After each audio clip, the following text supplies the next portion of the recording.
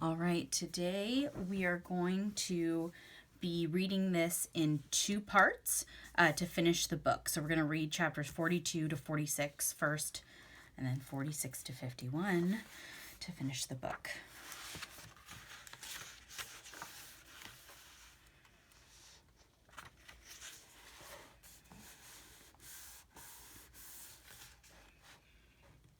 Okay.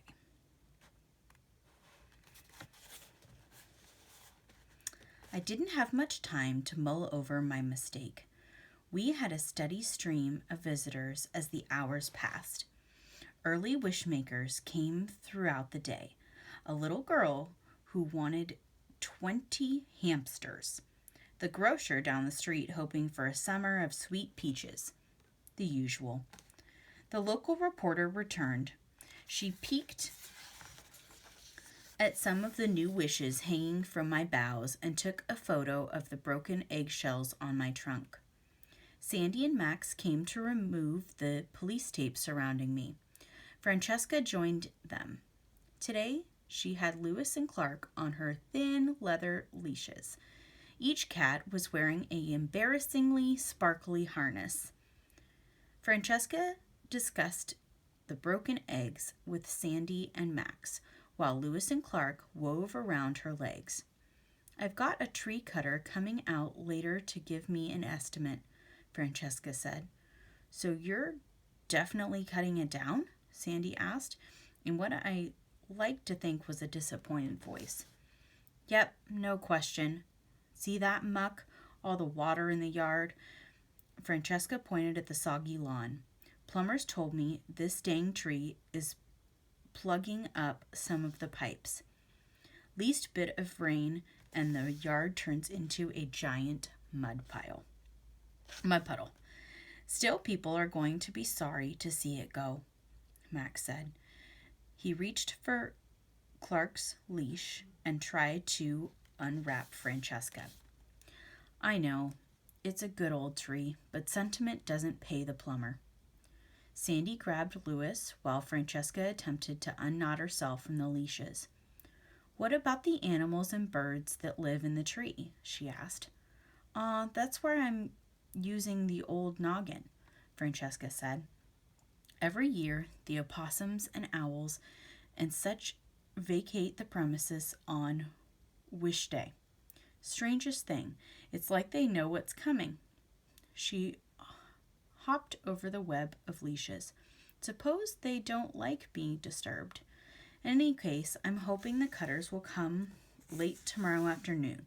Most of the wishes will be done by then. What will you do with all the wishes? Sandy asked. Put 'em in the trash when no one's looking. That's what I do every year. Whole thing's nonsense anyway. Max and Sandy looked at me sympathetically. I know, I don't have a sentimental bone in my body. Francesca paused to address the cats, who were yanking her in opposite directions. If dogs can do this, why is it such a challenge for you two? She turned her attention back to the police. But it's time. More than time. Well, we're going to swing by tomorrow. Keep an eye on things. No lead on the person who carved that word, but with the eggs and people just generally riled, and the cut down, Sandy shrugged. Couldn't hurt to have us keep an eye on things. Thanks, Francesca said. Not necessary, but I appreciate it. Lewis and Clark caught a glimpse of Bongo and lunged for my trunk. Whoa, you crazy felines, Francesca cried, reining them in. They hissed at Bongo. She spread her wings, menacing, and let out her most ferocious caw. Lewis and Clark retreated for the safety of Francesca's arms. Once again, she was a tangled knot of leashes and cats. Sandy smiled. Maybe leave the cats home tomorrow, Francesca.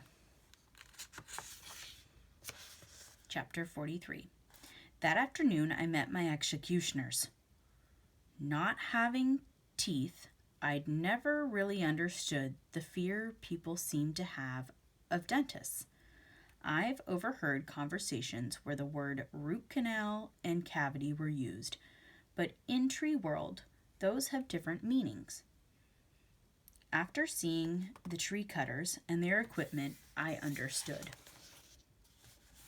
When a truck carrying powerful chainsaws, along with something ominously called a stump grinder, shows up, well, you know you're in trouble. Mind you, an arborist is a great friend to trees. We need our limbs trimmed just the way you need to cut your fingernails and hair, although for us it's only once or twice a year. It's called pruning. I always feel especially elegant after a good pruning, but pruning's usually done with special shears that look like giant scissors or with a small saw on a long pole. Stump grinders are generally not part of the plan. It didn't help when 3 men wearing orange hard hats went to Francesca's door and announced they were from Timber Terminator's Tree Service. I'm going to make a deposit on those silly hats, Bongo muttered.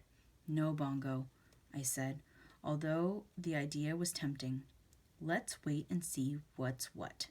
Maybe they're just here for some pruning. You really are an optimist. Francesca walked the men over, this time without Lewis and Clark, and they discussed costs and timing. That's right, they talked about cutting me down, even as they enjoyed the shade from my lovely limbs. Talk about insensitive. One of the men, he introduced himself as Dave, climbed a ladder to inspect my hollows.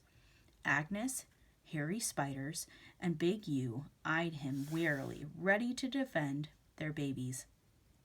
You've got some critters here, ma'am, he reported. Yes, I know, Francesca said, every year like clockwork. Bongo flew up to a spot near Agnes. Just one deposit, she said under her breath.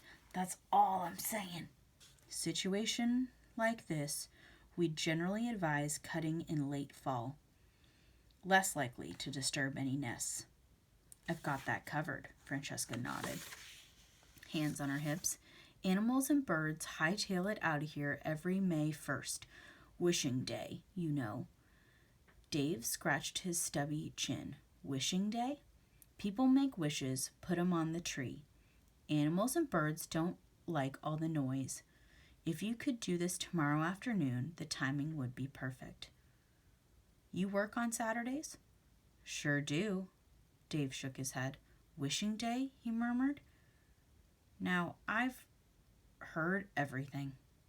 Francesca nodded. She patted my trunk. Yeah, craziness. Can't believe I've put up with it as long as I have. Chapter 44. Early that evening, Francesca stopped by the blue and green houses. My houses. One with a black door, one with a brown door, one with a yellow mailbox, one with a red mailbox. She knocked on each door. She explained her plans for me. Both sets of parents said they understood. They would be sorry to see me go, but it would be a relief to see an end to Wishing Day, wouldn't it? And my absence would mean more sunlight in their living rooms and fewer acorns underfoot. Okay, at least let me make a deposit on the parents, Bongo grumbled. More sunlight? The nerve. How about less oxygen, people? Less beauty? Thank you for defending me, Bongo, I said, but no depositing. Samar and Stefan were not so understanding. They ran after Francesca as she crossed the lawn. Samar put on her sweater. You have to listen to us, Samar said. You can't cut down the tree. I can't, Francesca inquired. And why is that, dear? Because, Stefan said, panting, it's alive. I'm quite aware of that, Francesca said. It's a common trait of trees. She paused, peering down at the ribbon around Samar's neck. Why, I know that key, she said. I recognize the ribbon. A crow gave it to me. No kidding? Smart birds, crows.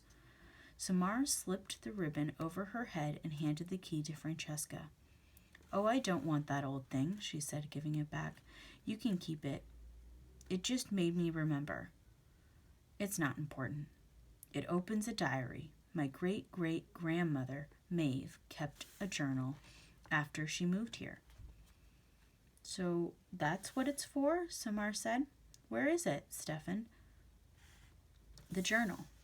Attic, maybe, or no. It's probably in the shed behind Samar's house. Got a lot of old family stuff stashed away in there," she said with a weary smile. "Unless it all floated away. Backyard's pretty wet right now. Which, by the way, is one of the reasons it's time for this tree to say goodbye." Samar wiped away tears. "You don't understand. This tree, it's almost like it's human." "That's sweet," Francesca patted Samar's head. "But, honey, it's just a tree." She squared her shoulders. "Now I must go feed Lewis and Clark. I can hear them complaining from all the way over here, and I've got a busy day ahead of me tomorrow." As she moved to leave, Stefan stepped in front of her. "Before you go," he said in a voice firm, "just listen." He turned to me. "Say something," he instructed. "Please, Tree," Samar pleaded. I kept silent. What more was there to say? Francesca looked from Stefan to Samar and back again. "Children," she said, "perhaps those video games you like to play have addled your brains." "Talk, Tree," Stefan said. Silence. "It can talk," Samar told Francesca. "Real words. It told us a story about Maeve." Francesca, for just a moment, hesitated. She looked at me. "You mean metaphorically, of course. This tree seemed to talk to you. The leaves whispered, and so on." "It told us about the hollow and the baby." Francesca blinked. "The baby?" "Yes," Samar said. "The abandoned baby." Again, Francesca paused. "Of course, I've told that family story before. You probably heard it from a neighbor." Stefan shook his head. "We heard it from the tree." "Oh my," said Francesca. She waved a hand in front of her face. "You're wearing me out, you two. I'm so very glad my parenting days are behind me. Listen here. You get a good night's sleep, understand? Or maybe some counseling." As quickly as she could, Francesca made her way across the lawn, her shoes caked with mud. "Francesca," Stefan called. "It's just a tree, dears. Repeat after me. It's just a tree. I was wondering if we could look for that diary." She glanced over her shoulder. "Maeve's journal?" "Be my guest, if it's not underwater by now." She held up her palms. "Just no more tree craziness, you hear?" When Francesca was back in her house, Stefan and Samar looked at me accusingly. "Why didn't you talk?" Samar demanded. "Because it was foolish. Because I wasn't supposed to. Because." Looking defeated, Stefan and Samar trudged away. They hadn't gone far when Samar paused and turned to Stefan. "Something happened today," she said. "People at school are being weird, talking about me, whispering, passing notes even." She narrowed her eyes. "You didn't tell anyone, did you, about what happened last night?" "Of course not." "Then I wonder what was going on. You're probably imagining things."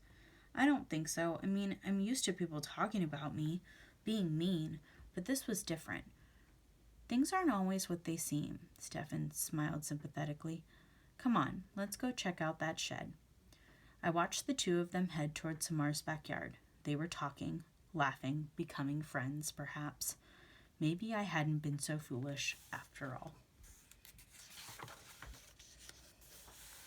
Chapter 45. Trees don't sleep. Not like people do or animals, but we do rest. Unfortunately, that night, rest eluded me.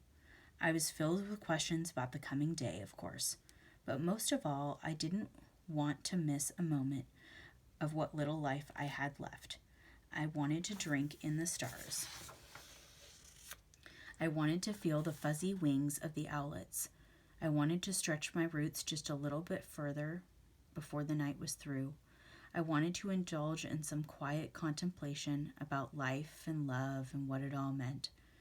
I wanted to philosophize. I've been thinking, I said to Bongo. There's no point in my worrying about tomorrow. It will come soon enough. Red, Bongo said. Too much wise old tree? Bongo paused. She looked at me for a long time. Never, she said. Never ever too much wise old tree. Bongo settled onto home plate. The world was quiet and calm. Want to hear a tree joke? I asked. Is it funny? Probably not, I admitted. Then probably no. What's a tree's least favorite month? I don't know. What month? September. I paused. Because you see, Red, Bongo interrupted. As always, no need to explain. We didn't speak much after that. Turned out I didn't need to talk about life and love and what it all meant. It was enough to watch the sky freckled with stars, to smell the sweet wet earth, to listen to the beating hearts of the little ones I could keep safe, at least for one more night.